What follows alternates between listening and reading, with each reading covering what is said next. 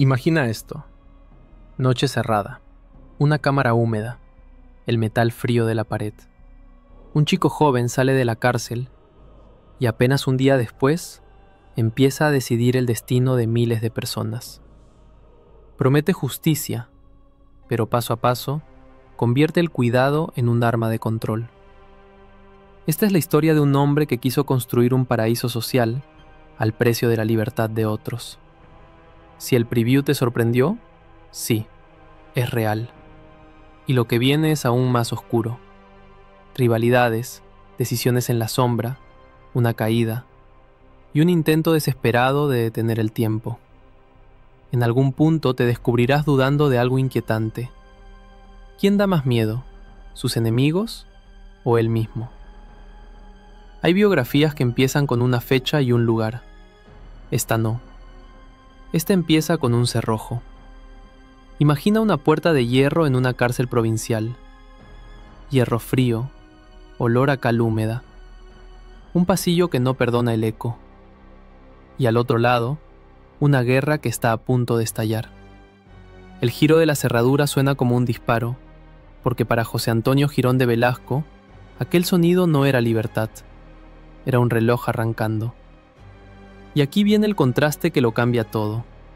El hombre que terminaría vendiendo justicia social desde un ministerio, empezó su leyenda con la nuca pegada a una pared de prisión, sin saber si amanecería vivo, y con apenas unas horas para decidir en qué monstruo se convertiría. No te vayas, porque lo que vas a escuchar no es solo la vida de un ministro de Franco.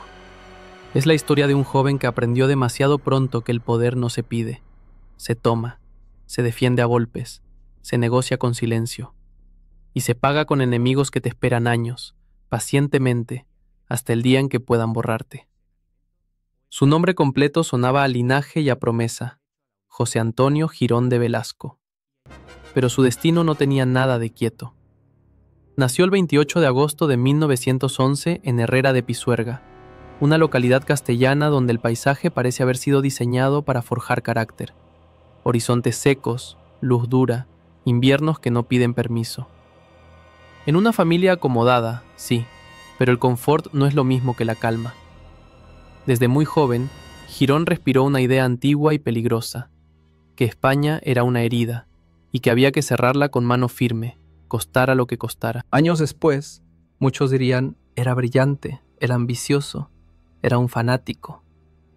La verdad suele ser más incómoda. Era un chico con hambre de significado. Y cuando alguien tiene hambre de significado, cualquier ideología que le prometa épica puede convertirse en alimento o en veneno. Se fue a estudiar Derecho a la Universidad de Valladolid, y allí ocurrió el primer chispazo que lo define. Porque hay estudiantes que van a la universidad a aprender leyes, y hay otros que van a aprender cómo romperlas sin que se note. Girón, en esos pasillos, no estaba buscando solo un título. Estaba buscando un bando. Valladolid en aquellos años era un laboratorio de tensiones. Discusión política, choque de juventudes, insultos que subían de tono, miradas que prometían más de lo que decían. Girón se fue acercando a círculos de ultraderecha. Primero, a ambientes vinculados a las juntas castellanas de actuación hispánica, alrededor de una figura que pesaba como un martillo en Castilla: Onésimo Redondo. A Girón le seducía esa mezcla de mística, disciplina y calle. La política no como debate, sino como combate. Y entonces, como si la vida quisiera marcarle el ritmo a base de golpes, llegó un incidente con estudiantes de izquierdas. Un episodio lo suficientemente serio como para dejarlo fuera. Fue expulsado de la Universidad de Valladolid. Para otros habría sido una humillación. Para Girón fue un bautismo. Porque hay personas que, cuando el mundo les cierra una puerta, aprenden humildad. Y hay otras que aprenden lo contrario. Aprenden que la puerta era el enemigo. Girón eligió lo segundo. Terminó la carrera, sí, pero no en Valladolid. Se licenció en 1932 por la Universidad de Salamanca. Cambio de ciudad, cambio de escenario, pero no cambio de fuego interno. Salamanca no lo calmó, lo afiló. Como una navaja que, en vez de oxidarse, encuentra piedra. En febrero de 1932, se afilió a las Juntas de Ofensiva Nacional Sindicalista, las JONS. Ese dato puede parecer una simple línea en un currículum político. En realidad es una señal. Girón no entró a participar, entró a pertenecer, a convertirse en uno de esos jóvenes que ya no hablan de adversarios, sino de enemigos. Y aquí aparece una idea que lo perseguirá toda su vida, como una música de fondo: la justicia social. Pero ojo, no la justicia social como la entienden los sindicatos libres o la izquierda democrática, sino como la vendían esos movimientos: orden, disciplina, nación, jerarquía, y a la vez una promesa a los trabajadores, una promesa peligrosa porque podía sonar sincera: no os dejaremos solos. Era el gancho perfecto para una generación furiosa: darles épica a los de arriba y esperanza a los de abajo. Un cóctel que, en manos correctas, sería reforma, en manos fanáticas, sería control. En 1934, las JONS se unieron con Falange, y nació Falange Española de las JONS. Girón, joven, universitario, de verbo duro, se sumó a esa maquinaria con una cualidad que lo haría subir rápido. No era de los que dudan, era de los que empujan. Dicen que hay dos tipos de militantes: los que organizan reuniones y los que, cuando termina la reunión, se quedan en la calle. Girón era de los segundos. En esos años, su fama se tiñó de violencia política. Y cuando un hombre se acostumbra a que la violencia sea un atajo, acaba olvidando dónde estaba el camino. En abril de 1936 lo detuvieron en San Sebastián. De nuevo, el hierro. De nuevo, la puerta. De nuevo la sensación de que su vida dependía de manos ajenas. Y aquí viene uno de los primeros twists. El futuro jerarca del régimen, el futuro ministro, el futuro hombre fuerte, estaba encerrado cuando el país se partía en dos. Cuando estalló la guerra civil, Girón estaba internado en la prisión provincial de Valladolid. Y este es el punto exacto donde el destino le pone la pistola en la mesa. Porque en una guerra, la cárcel no es una pausa. Es una sentencia que se escribe sola. No necesitas juicio para desaparecer. Solo necesitas el momento equivocado. Entonces, en Valladolid triunfó la sublevación.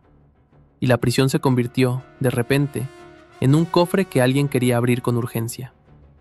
Los falangistas lo liberaron. Imagina la escena. El portón cede. El aire de la calle entra como un golpe de calor. Y él sale no como quien vuelve a vivir, sino como quien vuelve a cobrar una deuda. Aquí entra la cuenta atrás que lo define. Apenas liberado, el tiempo se le vuelve metrónomo. El 21 de julio de 1936, marchó al frente del Alto de los Leones. 24 horas antes estaba encerrado.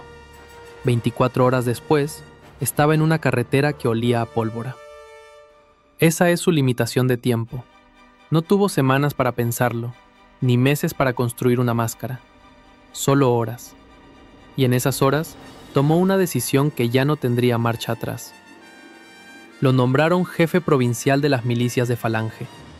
En la práctica, mando, armas, hombres, órdenes. El derecho quedó atrás, la historia por delante, y con la tinta recién mezclada con sangre. Participó en combates, organizó envío de columnas hacia Madrid, trabajó también en la retaguardia. La guerra no es solo el frente, es el despacho donde se decide quién va, cuándo va, con qué va.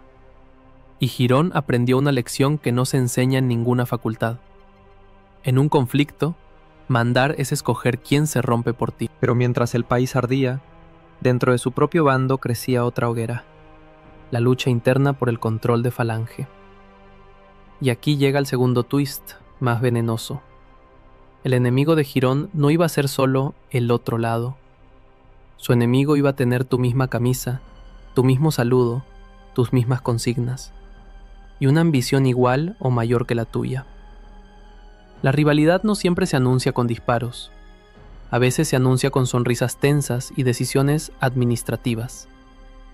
En Valladolid, Girón se enfrentó al entorno de Andrés Redondo, hermano de Onésimo Redondo, que era jefe provincial de Falange en la zona.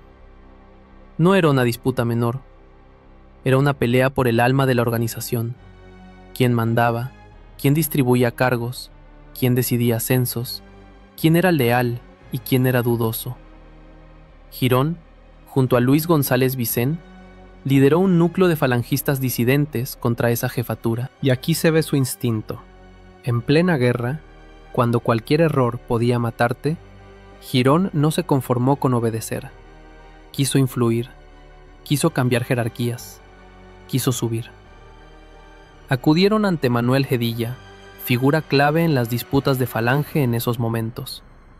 Gedilla destituyó a Andrés Redondo como jefe provincial y nombró a Girón inspector territorial. Observa lo que acaba de pasar. Mientras la nación se desangraba, Girón ya estaba aprendiendo el verdadero deporte del poder: sobrevivir a los tuyos. Y si esto te parece frío, piensa en la consecuencia. En un movimiento donde la pureza ideológica se mide por fidelidad y disciplina, cualquier gesto de disidencia se paga. Girón se estaba ganando admiradores y estaba sembrando rencores. Porque en política, y más en una dictadura en gestación, cada escalón que subes deja a alguien abajo mirándote los talones. Y algunos no miran para admirar, sino para calcular el momento exacto de empujarte. En esos años, Girón se consolidó como un falangista de acción, de línea dura, de presencia constante. Era el tipo de cuadro que los regímenes aman. Joven, disciplinado, dispuesto a todo, convencido de estar haciendo historia. Pero también era el tipo de hombre que, tarde o temprano, choca con una realidad que no admite épica. Los regímenes no se gobiernan con pasión, se gobiernan con equilibrios. Y aquí es donde, sin que él lo sepa todavía, comienza a formarse su gran rivalidad, la que marcará su futuro incluso cuando parezca que lo tiene todo. En el mismo ecosistema franquista en construcción, habrá otros hombres que también saben hablarle a los trabajadores, otros que saben moverse en los sindicatos verticales, otros que saben vestir la propaganda con carisma.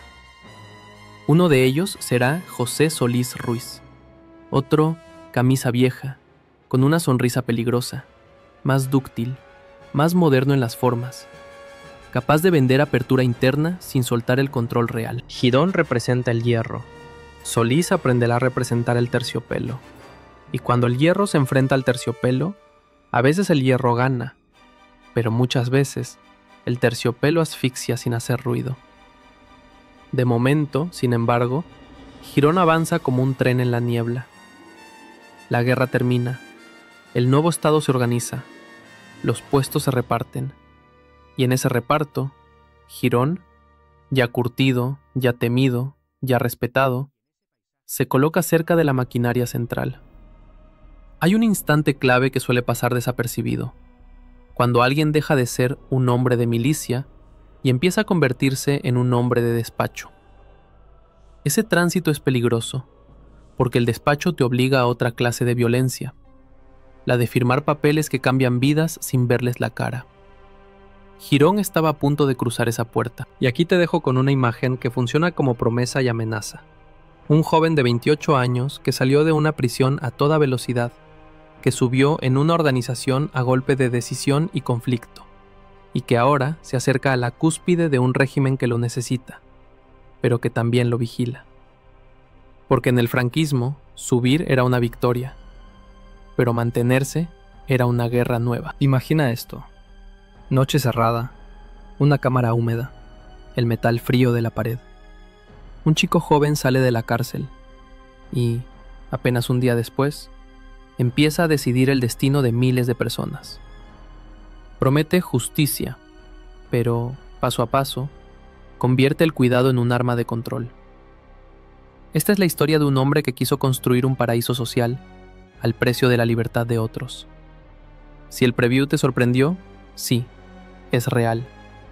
Y lo que viene es aún más oscuro.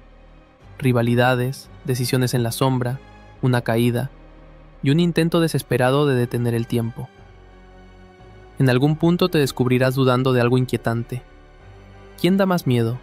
¿Sus enemigos o él mismo? La primera vez que José Antonio Girón de Velasco sintió el poder de verdad no fue al firmar un decreto. Fue antes. Mucho antes. Fue cuando entendió que el poder, en el nuevo estado, no iba a depender de cuántos hombres te obedecieran, sino de cuántos hombres te soportaran. Porque en la España de posguerra el mando no era una pirámide limpia, era un nido de cuchillos. Año 1941. Hambre real, de la que crujen los huesos. Cartillas de racionamiento que parecen billetes de lotería con premio pequeño. Colas eternas frente a panaderías donde el olor a harina no alcanza para alimentar a todos. Un país que no se ha reconstruido, se ha quedado en pie por pura obstinación. Y en ese paisaje, Franco necesita algo que suene a esperanza sin convertirse en libertad. Necesita disciplina, pero también una promesa para los obreros, porque si la calle vuelve a hervir, el régimen puede agrietarse por abajo. Ahí entra Girón, y lo hace como un relámpago oscuro.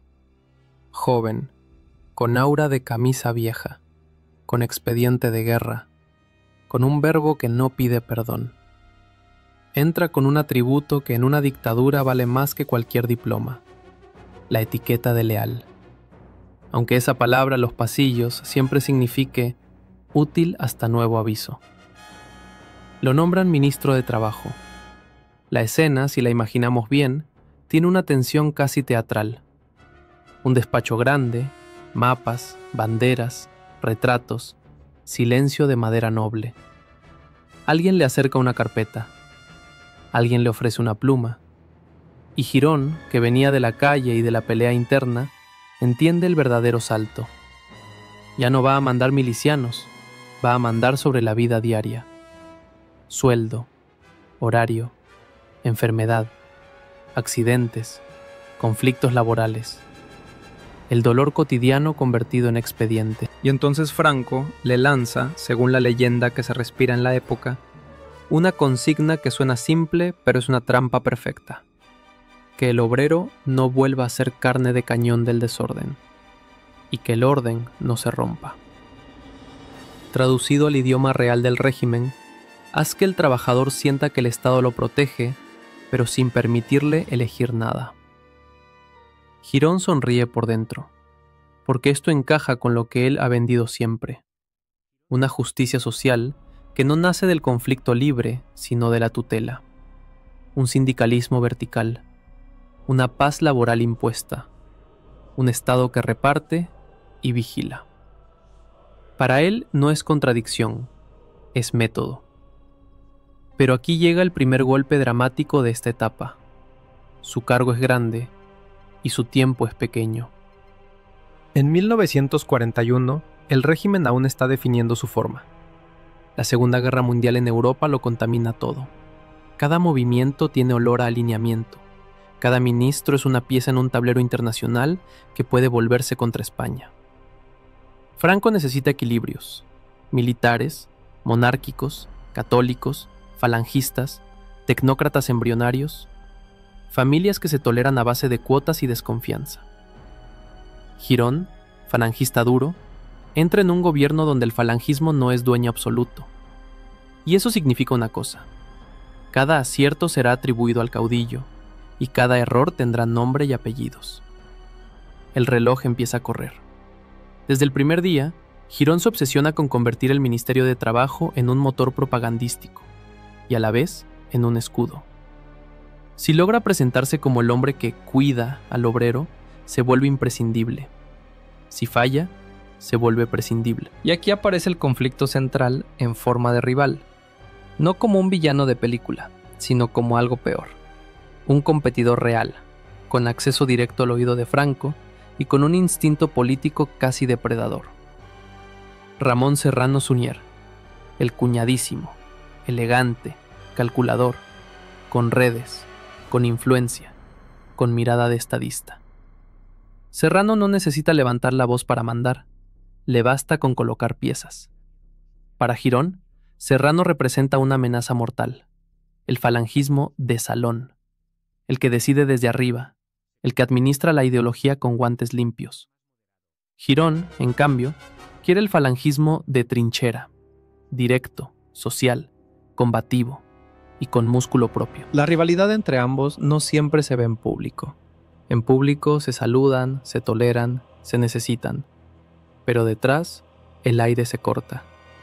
Porque cada uno sabe que el otro no solo compite por un ministerio, compite por el relato del régimen. ¿Quién es el auténtico intérprete de la revolución nacional sindicalista? ¿Quién es el que realmente entiende al pueblo? ¿Quién le da a Franco una base social firme sin ceder un milímetro de control? Girón decide atacar el terreno más sensible, la vida del trabajador. Y lo hace con una mezcla inquietante de convicción y teatro. Habla de dignidad obrera, habla de protección, habla de seguridad. Habla con un tono que, si lo oyes sin contexto, podría sonar a redención. Pero la realidad del país, por debajo, sigue siendo un paisaje de miedo y escasez. Ahí nace uno de los grandes contrastes de su biografía: prometer bienestar desde un aparato autoritario. La segunda trampa llega enseguida. Para crear paz social, necesitas recursos. Y la España de entonces tiene cicatrices, sanciones, aislamiento, economía en ruinas, mercado negro como sistema paralelo. El Ministerio de Trabajo no puede imprimir comida, no puede fabricar carbón, pero sí puede fabricar una sensación, que el Estado está ahí, aunque sea tarde, aunque sea incompleto, aunque sea con letra pequeña. Girón aprende rápido el lenguaje del decreto. Cada firma suya no solo es norma, es propaganda. Mientras Serrano Suñer mueve la diplomacia, las alianzas, la estética internacional del régimen, Girón quiere construir una base interna. El trabajador integrado, domesticado, agradecido. Un obrero que no mire a partidos ni a sindicatos libres, porque el Estado ya resuelve. Y entonces, en medio de esa carrera, ocurre algo que cambia el equilibrio interno del franquismo. El declive de Serrano Suñer. No es un accidente único, es una suma de tensiones.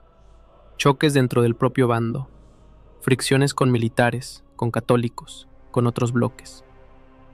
Y cuando Serrano empieza a perder fuerza, Girón huele sangre política. No sangre literal, sangre de poder. La que te hace afinar la sonrisa y hablar más alto en las reuniones.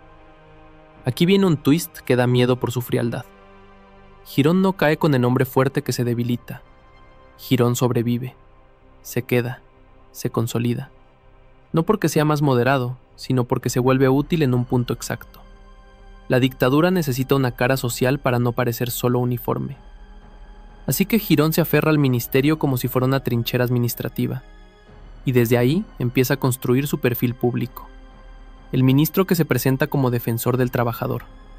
El ministro que visita centros, que habla de derechos dentro del sistema, que insiste en una revolución pendiente que no es democrática, pero sí promete ascenso social controlado. Por fuera, la película es sencilla.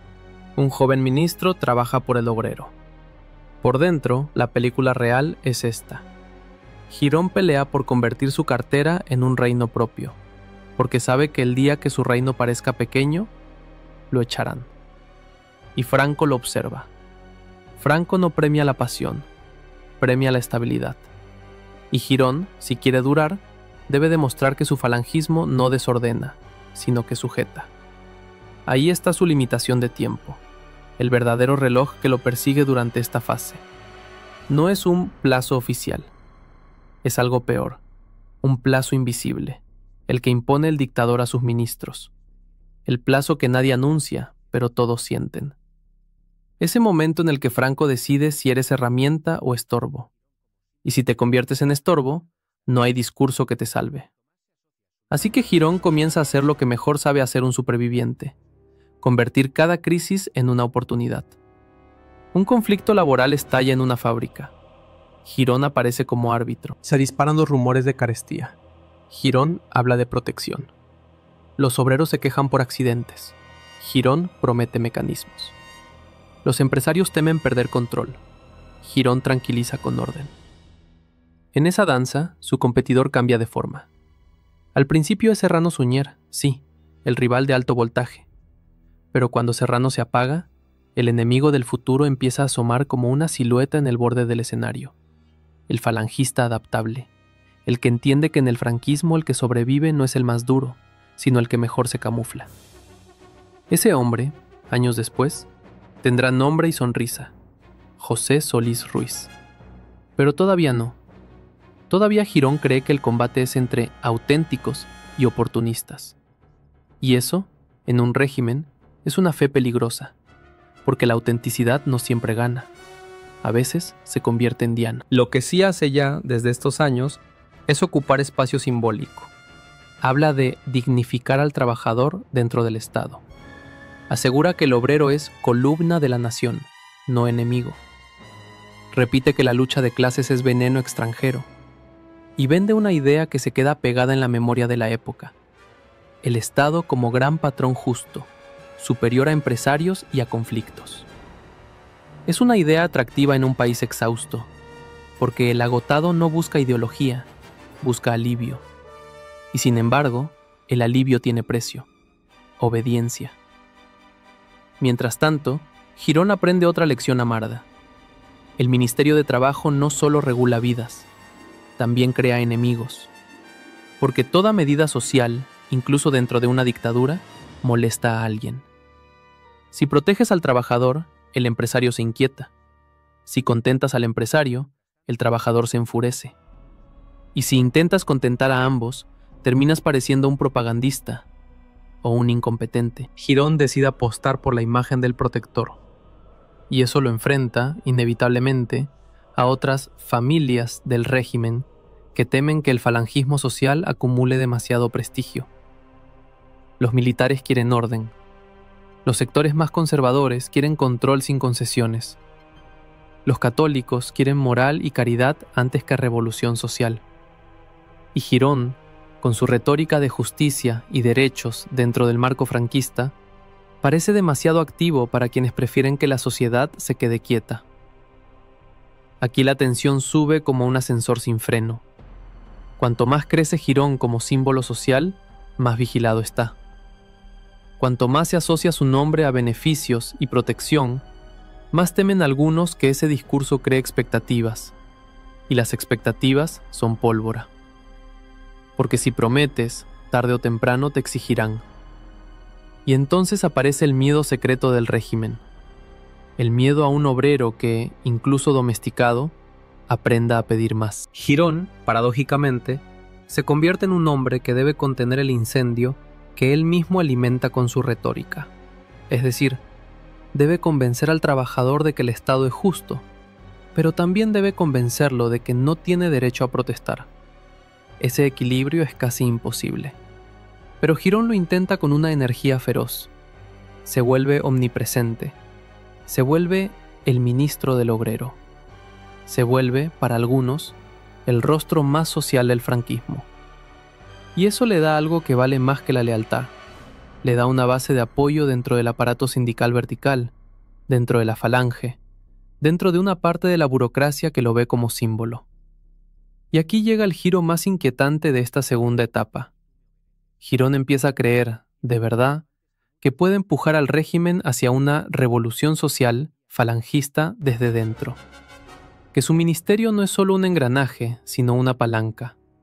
Que él no es solo ministro, es futuro. En una dictadura, ese tipo de creencia es dinamita. Porque el poder real no tolera palancas ajenas.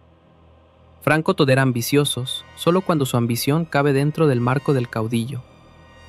En el momento en que un ministro parece construir una legitimidad propia, Franco lo mira como se mira una herramienta que, de repente, quiere tener voluntad. Girón no lo ve aún con claridad. Está demasiado ocupado ganando batallas pequeñas, acumulando decretos, ampliando su influencia, presentándose como imprescindible. Y en ese frenesí, comete el error clásico del político intenso: confundir ruido con fuerza, confundir presencia con blindaje, confundir ser útil con ser intocable. Mientras tanto, en los pasillos, otros aprenden de él. Aprenden su lenguaje social, aprenden su teatro, aprenden su forma de hablarle al trabajador sin darle libertad. Aprenden sus gestos, sus palabras, sus fórmulas. Y esos otros, más flexibles, más sonrientes, más modernos, están preparando el terreno para disputarle el trono simbólico cuando llegue el momento. Y llegará. Porque en el franquismo, las carreras no terminan con un aplauso, terminan con una puerta que se cierra sin hacer ruido, como una ejecución elegante. Terminan con un relevo técnico, con una remodelación, con una frase neutra que oculta una guerra interna. Girón, a estas alturas, aún está dentro, aún manda, aún firma. Pero el techo ya está ahí, invisible. Y contra el techo no se lucha con puños, se lucha con intrigas. Y en las intrigas, el que se cree más puro suele perder. Así termina esta segunda parte de su ascenso. Girón ya está instalado en el poder, convertido en pieza visible de la dictadura, con un ministerio que toca la vida de millones, y con la certeza íntima de que, si deja de avanzar, lo alcanzarán. Si se detiene, lo empujarán. Porque en su mundo no hay descanso. Solo hay dos estados, subir o caer. Hubo un momento en que José Antonio Girón de Velasco dejó de sentirse ministro y empezó a sentirse apóstol. No porque fuese santo, sino porque en su cabeza el Ministerio de Trabajo no era una cartera, era un altar desde el que podía predicar una idea explosiva para una dictadura. Que el régimen no sobreviviría solo con miedo, sino con una promesa social que sonara a redención. Y esa promesa tenía una forma concreta, casi cinematográfica, una firma. Una firma que sobre el papel parecía un derecho, pero detrás escondía un trueque. Te protejo y tú me obedeces. Girón entendió antes que muchos que el franquismo podía perder la guerra del futuro si el obrero volvía a mirar a la calle con hambre y rabia. Y decidió construir una muralla, no de ladrillo, de beneficios, de instituciones, de mutualidades, de jurados, de propaganda. Una muralla social que, desde fuera, se viera como justicia y desde dentro funcionara como control. Lo primero que hizo fue convertir la precariedad en un enemigo con nombre: el miedo a enfermar. El miedo a que una máquina te arrancara un brazo y tu familia se hundiera. El miedo a que la vejez te llegara como una condena. En la España de posguerra, esos miedos no eran abstractos. Se veían en la calle, se olían en los patios de vecinos, se escuchaban en la tos de los talleres. Y entonces llegó uno de los golpes que más marcó su mandato: el seguro obligatorio de enfermedad, puesto en marcha en 1942. Para muchos trabajadores fue como si el Estado, de repente, les mirara a la cara y dijera: te veo. Para otros fue una promesa incompleta, con límites, con exclusiones, con una burocracia que a veces parecía diseñada para cansarte antes de ayudarte. Pero incluso con sus sombras, el impacto simbólico era brutal. El régimen, que había nacido del choque, empezaba a vestirse con palabras de cuidado. Girón supo venderlo como epopeya, y esa venta fue su primer gran triunfo y su primera gran trampa. Porque cuando conviertes una medida social en bandera, te vuelves rehén de tu propia bandera. Cada fallo, cada colapso, cada queja, te golpea a ti en el pecho, aunque la economía se caiga a pedazos por razones que no controlas. Así que siguió, no podía detenerse. En 1944, impulsó la creación de un organismo dedicado a la medicina del trabajo, a la higiene y a la seguridad laboral. Sonaba técnico, casi aburrido, pero si lo traduces a imágenes, es escalofriante. Minas donde el aire mata lentamente, fábricas donde el metal te devora dedos, andamios que se convierten en tumbas sin epitafio. Girón quería que el Estado apareciera ahí también, en la herida invisible, con batas blancas y sellos oficiales. Y luego, en 1945, clavó una estaca emocional en la vida de millones: la gratificación de Navidad obligatoria. Lo que hoy muchos llamarían paga extra, entró en la escena como un ritual nuevo. En un país de escasez, la Navidad dejó de ser solo misa y frío. Empezó a ser también un sobre, un respiro, un gesto que el régimen podía señalar como prueba de su justicia. Para el trabajador, ese sobre podía significar carbón, zapatos, comida. Para Girón, significaba algo más. Significaba lealtad comprada con calendario. Porque el poder también se mide así. Si logras que la gente asocie tu existencia con el momento en que llega el alivio, empiezas a gobernar el recuerdo. En 1946 llegó el plus de cargas familiares, otra pieza del mismo mecanismo. Premiar la estructura familiar como célula política, envolver lo social con moral y disciplina, convertir la ayuda en doctrina. Y alrededor de esos años se consolidó el sistema de montepíos y mutualidades laborales, que Girón presentó como una gran revolución dentro del franquismo social. Una red de previsión y asistencia ligada al trabajo, obligatoria, organizada desde arriba, y con un enorme potencial para crear comunidad y vigilancia. Ahí, sin que el obrero lo supiera, Girón estaba construyendo su arma favorita, la dependencia. No una dependencia individual, sino colectiva. Que la protección pasara por engranajes donde la libertad sindical no existía, donde el conflicto se canalizaba, donde la protesta era sospecha. Y en 1947 implantó los jurados de empresa y un subsidio de invalidez. Los jurados podían parecer una voz para el trabajador dentro de la empresa. En la práctica, eran la versión domesticada del conflicto. Un espacio para que la tensión se expresara sin convertirse en huelga libre, sin convertirse en política, sin salirse del guión. Girón estaba convencido de que podía domesticar el volcán a base de canalizaciones. Lo que no veía, o fingía no ver, es que un volcán no solo explota por falta de canales, explota por presión. Y la presión, en los años 40 y 50, seguía ahí. Hambre, salarios bajos, represión, economía cerrada, mercado negro, desigualdad. Entonces llegó un twist que, en cualquier thriller político, sería el episodio donde el protagonista se equivoca de enemigo. En 1942, cuando el desembarco aliado en el norte de África sacudió el tablero, Girón fue de los ministros que empujaron la idea de entrar en la guerra al lado de Alemania. Imagínalo, España exhausta, con cicatrices recientes, y un ministro del obrero proponiendo un salto a un conflicto mundial. ¿Por qué? ¿Por ideología? ¿Por cálculo? ¿Por fe en un desenlace que parecía cercano? ¿Y por la obsesión de algunos falangistas de convertir el régimen en algo más grande, más total, más revolucionario? Eso no ocurrió. España no entró en la guerra, pero aquel impulso dejó huella. Girón no era solo el social, también era el hombre capaz de apostar alto, incluso cuando el país no podía pagar la apuesta. Y ahí Franco aprendió algo importante sobre él. Girón era útil, sí, pero Girón también podía ser peligrosamente fervoroso. Desde ese momento, cada una de sus victorias sociales iba acompañada de una vigilancia silenciosa. Que haga, pero que no desmande. El caudillo lo quería activo, pero no autónomo. Girón, por su parte, actuaba como si tuviera una misión contrarreloj. Porque en el fondo lo sabía. El falangismo no iba a mandar para siempre. Las familias del régimen se estaban recolocando. La iglesia pesaba, los militares pesaban. Los técnicos empezaban a asomar como sombra.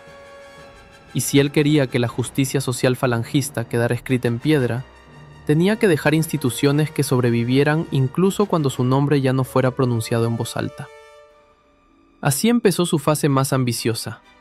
No solo legislar, sino fabricar futuro. Y el futuro, para Girón, tenía una forma monumental.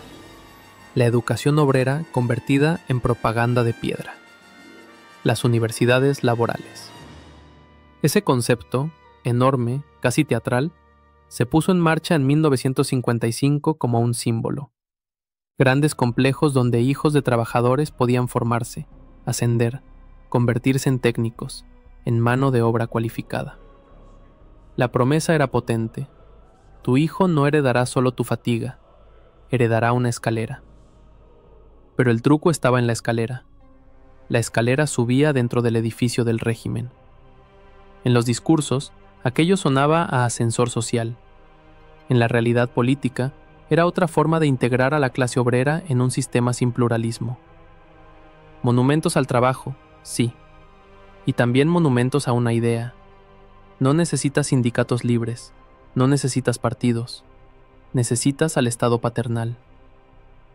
Mientras esa maquinaria crecía, los problemas crecían también. Porque el país empezó a moverse, y cuando un país se mueve, lo social deja de ser ornamento y se vuelve campo de batalla. Llegaron huelgas y conflictos que el sistema vertical no podía sofocar solo con jurados y discursos. Hubo momentos en que la tensión obrera se coló por las rendijas, desde focos industriales hasta zonas mineras. Girón, que había vendido paz social, tenía que demostrar que la paz era real, sin permitir que esa paz pareciera fruto de la fuerza bruta. Ese era su dilema. Si reprimías demasiado, destruías tu máscara social. Si cedías demasiado, rompías el principio autoritario del régimen. Y si intentabas un equilibrio, te acusaban de demagogo por un lado y de blando por el otro. En ese punto, el rival que llevaba años formándose empezó a ganar rostro. José Solís Ruiz no era ministro de Trabajo en aquel momento, ni falta que hacía. En el franquismo, el poder no siempre está donde pone la placa de la puerta. Solís operaba en el terreno que Girón creía dominar, el sindical, el movimiento, la maquinaria que toca al trabajador, pero también toca al empresario, al gobernador civil, al alcalde, al jefe provincial, al funcionario que decide un favor. Solís tenía algo que Girón despreciaba, hasta que fue tarde: sonrisa, flexibilidad, un instinto para caer bien sin parecer débil, un lenguaje menos de trinchera y más de pasillo. Donde Girón hablaba como hierro, Solís hablaba como terciopelo. Y el terciopelo tiene una ventaja oscura. Cuando te envuelve, a veces no notas que te está apretando el cuello. Girón lo veía como un competidor ligero, un hombre de formas. Y ahí estuvo su error. Porque en las dictaduras longevas, las formas pueden ser más letales que la fuerza. Las formas son la manera de sobrevivir cuando el mundo cambia. Y el mundo estaba cambiando. A mediados de los 50, la autarquía se agotaba como una vela sin oxígeno. El régimen necesitaba otra cosa: apertura económica, tecnócratas, credibilidad exterior, otro relato. De pronto, la palabra eficiencia empezó a pesar más que la palabra revolución. Y para Girón, falangista social, apasionado, de retórica épica, eso era como ver que el escenario de tu obra se está desmontando mientras tú sigues actuando. Entonces llegó el golpe que define su caída, y lo hace con la frialdad de un mecanismo. 1957. La crisis de gobierno de febrero de ese año fue, para Girón, una cuenta atrás brutal. No una cuenta atrás de meses, una cuenta atrás de pasillos, de rumores, de miradas que se apartan, de llamadas que ya no llegan. Cuando el régimen decide girar, no te avisa con un telegrama, te avisa con silencio. Y el día del corte fue quirúrgico. El 25 de febrero de 1957 se formalizó su cese como ministro de Trabajo. El mismo movimiento político elevó a Solís Ruiz a un puesto central como ministro secretario general del movimiento. Es decir, mientras al león le cerraban la jaula institucional, al rival le daban el control del circo. Ahí está el twist más amargo. Girón, el hombre que había construido el relato social del régimen durante 16 años, fue apartado justo cuando esa dimensión social iba a reconfigurarse bajo otro estilo. Lo despojan del ministerio y el poder que él ayudó a apuntalar se reorganiza sin él, con caras nuevas, con métodos nuevos, con sonrisas más largas. De repente, todo su edificio parecía vulnerable. Mutualidades, universidades laborales, jurados. ¿Seguirían? ¿Se congelarían? ¿Se usarían sin su nombre? ¿Se convertirían en trofeo del rival? Y aquí aparece el último detalle de su tragedia personal en esta fase. Girón no era un hombre hecho para retirarse. Era un hombre hecho para combatir. Y lo sacaron del frente principal con una mezcla de reconocimiento oficial y destierro práctico, como se aparta un veterano que ya no encaja con la guerra que viene.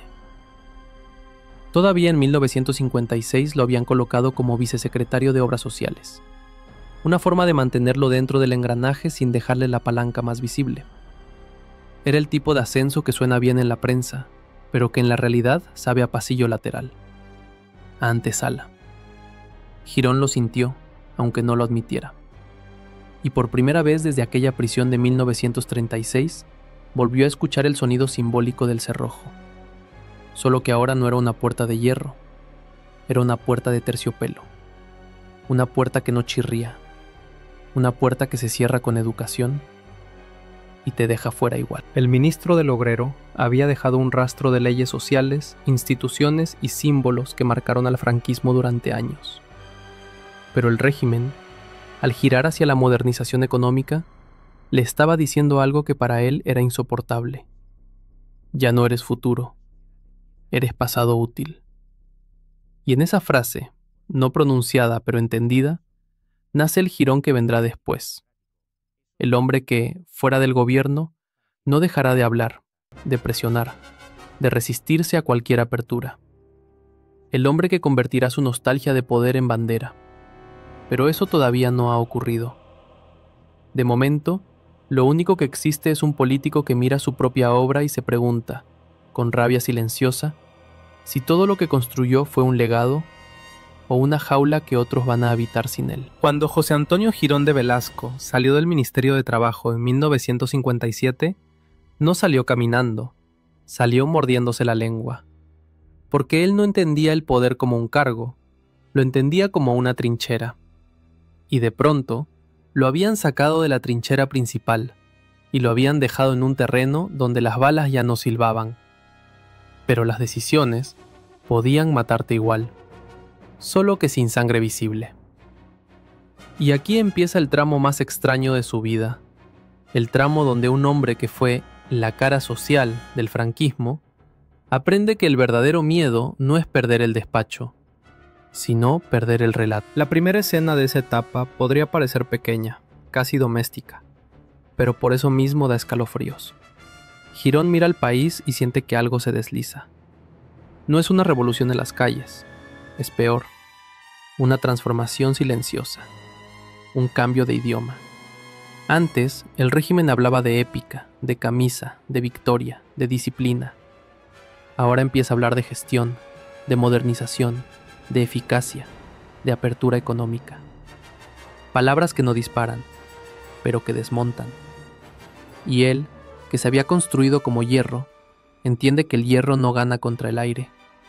El aire nos enfrenta, te rodea, te vacía, te vuelve innecesario. Su rival, ese al que había subestimado por sonriente, se convertía en símbolo de la nueva forma de mandar. José Solís Ruiz, con su estilo flexible, ocupaba un lugar central en el movimiento. Era el hombre capaz de hablarle al obrero sin parecer incendiario, de mantener el control sin gritar, control. Era el terciopelo, sí, pero un terciopelo con garras. Girón lo vio con claridad. Si el franquismo se vestía de terciopelo, los viejos leones se convertirían en decorado. Y entonces tomó una decisión que define toda su segunda vida política: no retirarse. Solo que ya no podía combatir con decretos. Tenía que combatir con lo único que le quedaba: prestigio de camisa vieja, redes internas, memoria de guerra, lealtades en sectores del aparato sindical y del movimiento, y una palabra que en la dictadura era como una contraseña: principios. A partir de ahí, Girón empieza a jugar un juego peligroso, el juego de la presión desde dentro. No se coloca en la oposición, porque el franquismo no tolera esa palabra, sino en algo más ambiguo y más corrosivo: el guardián del dogma. El hombre que, cada vez que el régimen intenta maquillarse, se levanta y recuerda que el maquillaje se corre con sudor, y que él está dispuesto a hacer sudar. En público se mantiene dentro de la estructura. Participa en órganos del Estado franquista, se mueve en el mundo de las cortes y del movimiento, aparece donde hay que aparecer para no desaparecer. Pero su verdadera actividad empieza a ser otra: reuniones, llamadas, artículos, conversaciones con antiguos camaradas, murmullos que se convierten en corrientes. En la sombra, Girón no intenta volver a ser ministro, intenta ser algo más útil para su orgullo, intenta ser freno.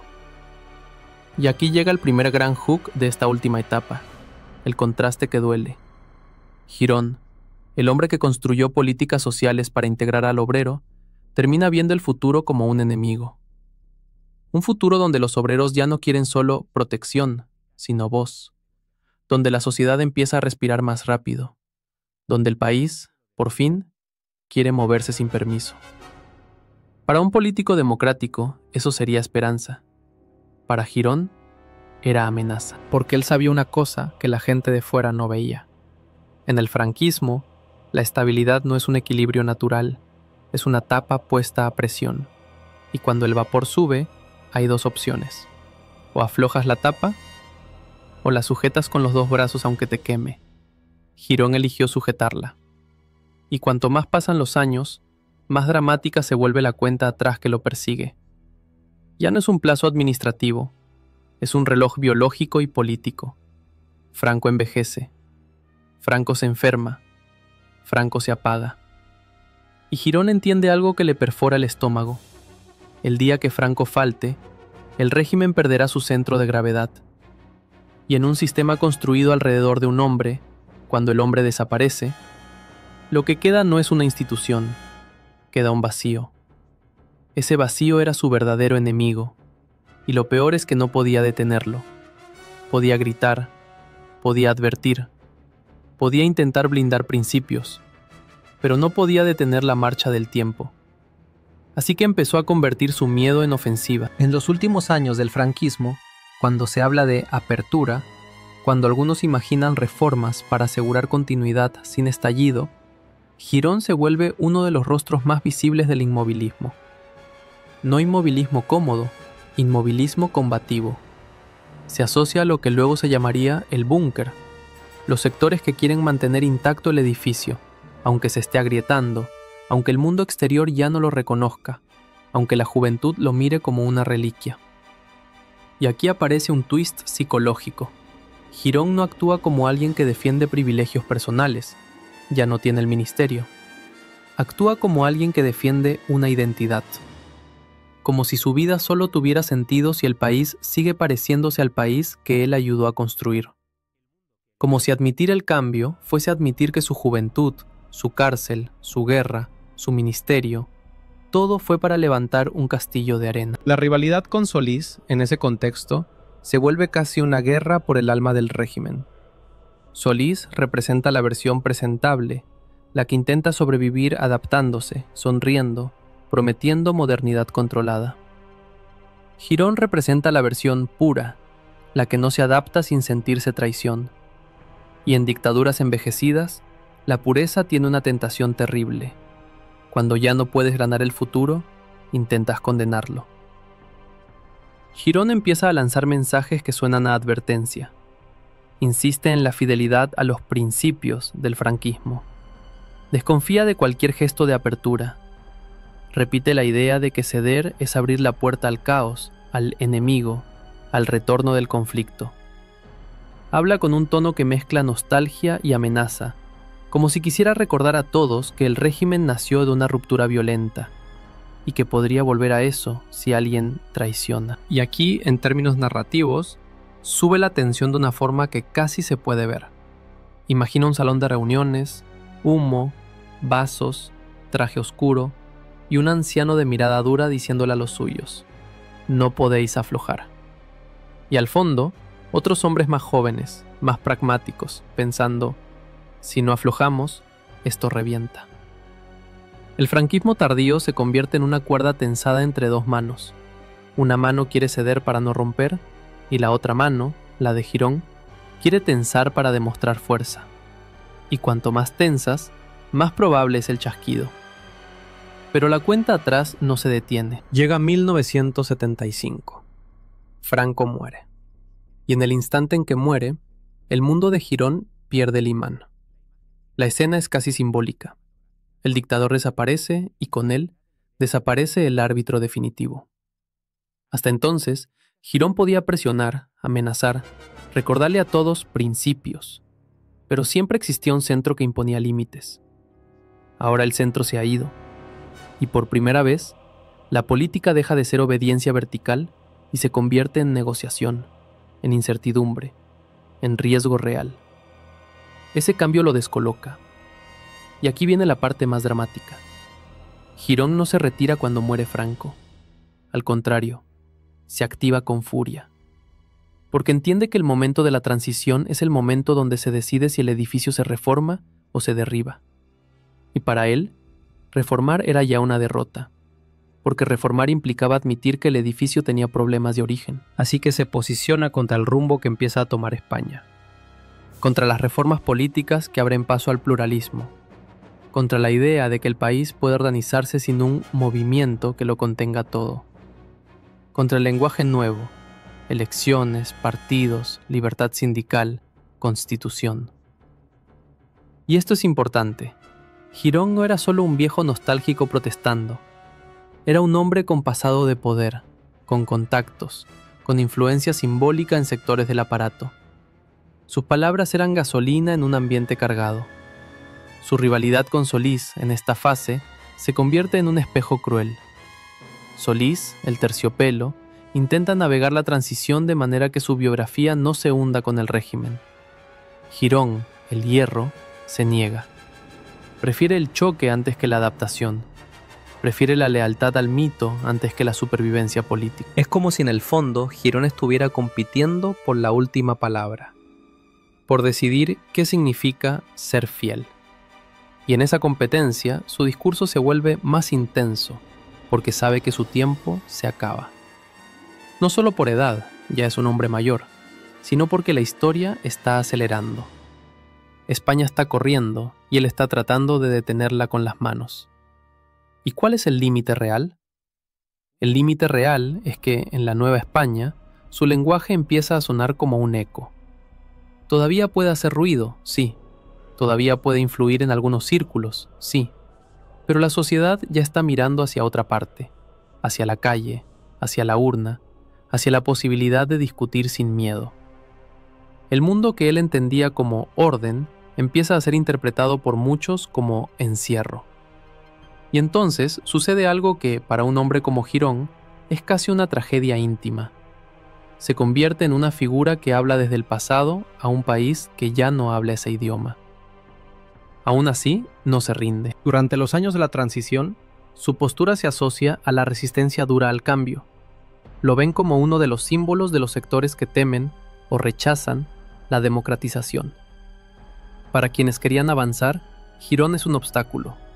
Para quienes temen el cambio, Girón es un refugio. Y esa dualidad lo persigue. Para unos, el arquitecto de políticas sociales del franquismo. Para otros, el representante de un régimen sin libertades, ligado a la represión y a la negación del pluralismo. Aquí hay un giro narrativo que puede sonar cruel, pero es real en la lógica humana. Girón termina viviendo una vida donde su legado social se vuelve invisible en su propia imagen pública, porque el debate sobre el franquismo ya no se centra solo en qué hizo, sino en qué fue.